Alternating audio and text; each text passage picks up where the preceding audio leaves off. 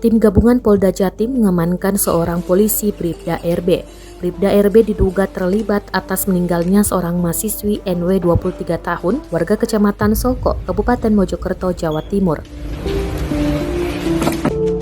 Bribda RB disebut menghamili NW sehingga nekat melakukan tindak aborsi. Bahkan, NW diduga mengalami depresi hingga ia nekat minum racun untuk mengakhiri hidupnya. Polda Jatim akhirnya menetapkan oknum anggota polisi Bribda RB sebagai tersangka di balik kasus tewasnya mahasiswi NW 23 tahun seusai menenggak racun di dekat makam ayahnya di Soko, Mojokerto.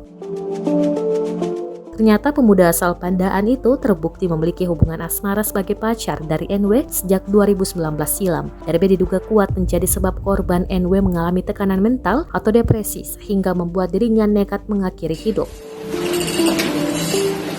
Berdasarkan pemeriksaan yang dilakukan oleh penyidik di Treskrimum Polda Jatim dan Satreskrim Polres Mojokerto, keduanya beberapa kali melakukan aktivitas hubungan layaknya suami istri selama menjalin asmara. Tanpa diduga, akibatnya NW sempat hamil sebanyak 2 kali pada tahun lalu, yakni Maret 2020 untuk kehamilan pertama, pada Agustus 2021 kemarin untuk kehamilan kedua.